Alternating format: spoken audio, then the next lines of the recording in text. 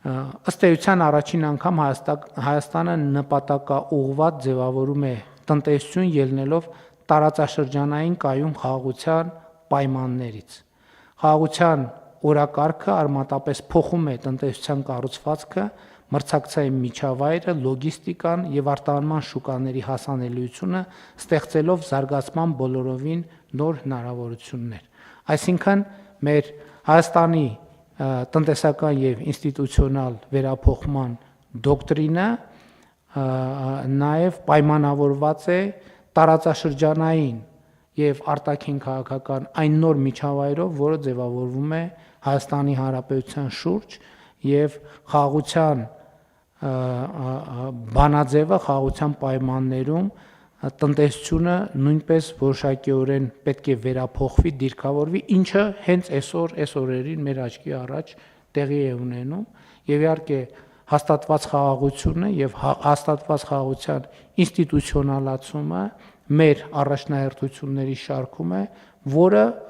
անխուսափելիորեն իր արտահայտությունը պետք է ունենա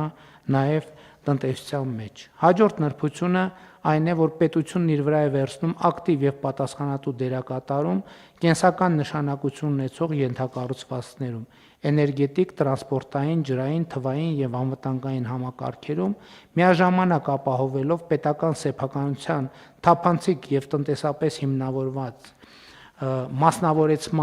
մասնավորեցում այն ոլորտներում, որտեղ դա նպաստում է մրցակցությանը եւ արդյունավետությանը։ Այսինքն մենք այս դոկտրինով ավելի մեծ պատասխանատվություն ենք վերապահում պետությանը, կառավարությանը,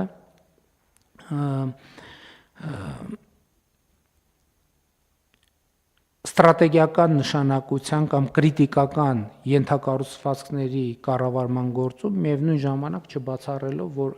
այնտեղ, որտեղ որոշակի պայմաններում նաև մասնավորի ներգրավման, մասնավորեցման, մասնավոր կառավարման հանձնելու բանաձևերը կարող են աշխատել, մենք մեզ չենք սահմանափակում նաև այդ տրամաբանությամբ։ Բայց նոր պայմաններում տնտեսության համար կարևորագույն գործոններից մեկը արհեստական բանականությունը եւ թվային տեխնոլոգիաներն են, որոնք այս համատեքստում մենք պետք է դիտարկենք ոչ թե որպես առանձին ոլորտ, այլ որպես նոր տնտեսական, սոցիալական եւ հանրային իրողություն։ Այսինքն արհեստական բանականությունն էլ ոչ թե ինքը առանձին վերցրած ոլորտ է, այլ մի ոլորտ է, որը բացարձակապես ազդում է ամեն ինչի վրա։ Ինչպես կրթությունը, որը մենք այլևս չենք նայում որպես առանձին ոլորտ, արհեստական բանականությունն էլ առանց անկախ դրանից մենք կնայենք թե չենք նայի, ինքը արդեն մի ոլորտ է, որը բացարձակապես ամեն ինչի վրա ազդում է ընդհանուր հանրային հարաբերությունների, աշխատանքի արդյունավետության, կրթության, գիտելիքի եւ այդպես շարունակ, եւ մենք պետք է առանձնահատուկ ուշադրություն դարձնենք, որպեսզի այդ մոտեցող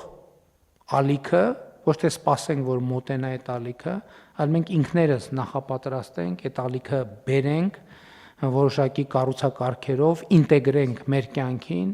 մեր հանրային կյանքին, պետական կյանքին, բոլոր ոլորտներում, եւ սրա համար պետք է որոշակի նախապատրաստական աշխատանքներ, որը իհարկե մենք ինչ որ ձևով արդեն իսկ սկսել ենք, բայց շատ կարեւոր է, որ մենք ռազմավարական նշանակության փաստաթղթում դա արձանագրենք։ Արհեստական բանականության հետ կապված կա մի լրացուցիչ գործոն, որը վերաբերվում է էներգետիկ համակարգին, որովհետև արհեստական բանականությունը եւ արհեստական բանականության կենտրոնները իրենք էլեկտրաէներգիայի սպառման խոշոր կենտրոններ են, այսինքն արհեստական բանականության զարգացմանը զուգընթաց էլեկտրական էներգիայի սպառումը աճում է մեր պատկերացումներով անհամաչափորեն։ Այսինքն այդտեղ նույնիսկ կարող ենք խոսել երկրաչափական պրոգրեսիայի մասին արհեստական բանականության բնականon սովորական աճի պայմաններում, ինչը նշանակում է, որ մենք էներգետիկայի զարգացմանը պետք է առանձնահատուկ ուշադրություն դարձնենք, բայց այստեղ մեզ համար բացվում են նոր հնարավորություններ, որովհետև Հայաստանի Հանրապետությունը շատ հարուստ է վերականգնվող էներգետիկայի ռեսուրսներով, մասնավորապես արևային էներգիան մեծ պոտենցիալ ունի Հայաստանի Հանրապետությունում եւ այդ պոտենցիալը մենք պետքա ճիշտ եւ ճշգրիտ օգտագործենք։ Ընդ որում ես գիտեմ, որ այստեղ էլ մենք բախվել ենք եւ բախվում ենք մի իրավիճակի հետ, երբ որ ոլորտում մենք հիմնականում նոր իմացություն եւ գիտելիք ձեռք բերելու մեծ պահանջ ունենք, բայց այդ պահանջը բավարար չափով չի լրացվում իմ դիտարկմամբ եւ մենք չենք կարող եւ այս թեմային առաջիկայում մենք պետք է անդրադառնանք, չենք կարող ասել, գիտեք, ինչ հիմա մենք վերականգնվող էներգետիկայի զարգացումը պետք է դանդաղեցնենք կամ կանգնեցնենք, մինչև մենք կհասցնենք այդ գիտելիքի հետևից։ Սա բացարձակապես կարծում եմ անընդունելի է, ոչ պետք է մենք թողենք, որ վերականգնվող էներգետիկան զարգանա եւ մի բան էլ խթանենք վերականգնվող էներգետիկայի զարգացումը, որովհետեւ այստեղ խոսքը այդ թվում մեր էներգետիկ անվտանգության եւ անկախության մասին է եւ մենք պատմական շանս ենք ստացել այդ թվում էներգետիկ առումով լինել շատ ավելի ինքնաբավ, շատ ավելի անկախ եւ շատ ավելի ինքնիշխան։ Այս առումով ուզում եմ ընդգծել, որ դոկտրինում առանձնահատուկ նշանակություն ունի էներգետիկ վերափոխման օրակարգը, որը նախորդ իմ ասացի հետ ունի ուղղակի եւ անուղղակի կապ։ Բացի այն, որ մենք էլեկտրական էներգիայի արտադրության վերաբերյալ մեր պատկերացումները պետք է փոխենք։ Մենք էլեկտրական էներգիայի եւ ընդհանրապես էներգիայի սպառման մասին մեր պատկերացումները պետք է փոխենք, որովհետեւ շատ կարեւոր է արձանագրել, որ այն ինչ մեզ հայտնի բառով անվանվում է էներգախնայողություն, այստեղ խոսքը տասնյակ եւ հարյուրավոր միլիարդների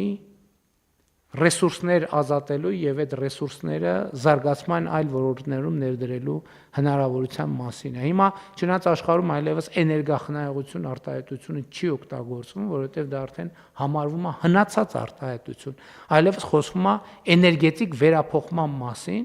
երբ որ ամեն կիլովատ ժամը ինքը կոնկրետ հաշվարկի մեջ է դրված եւ կոնկրետ տրամաբանության մեջ է դրված։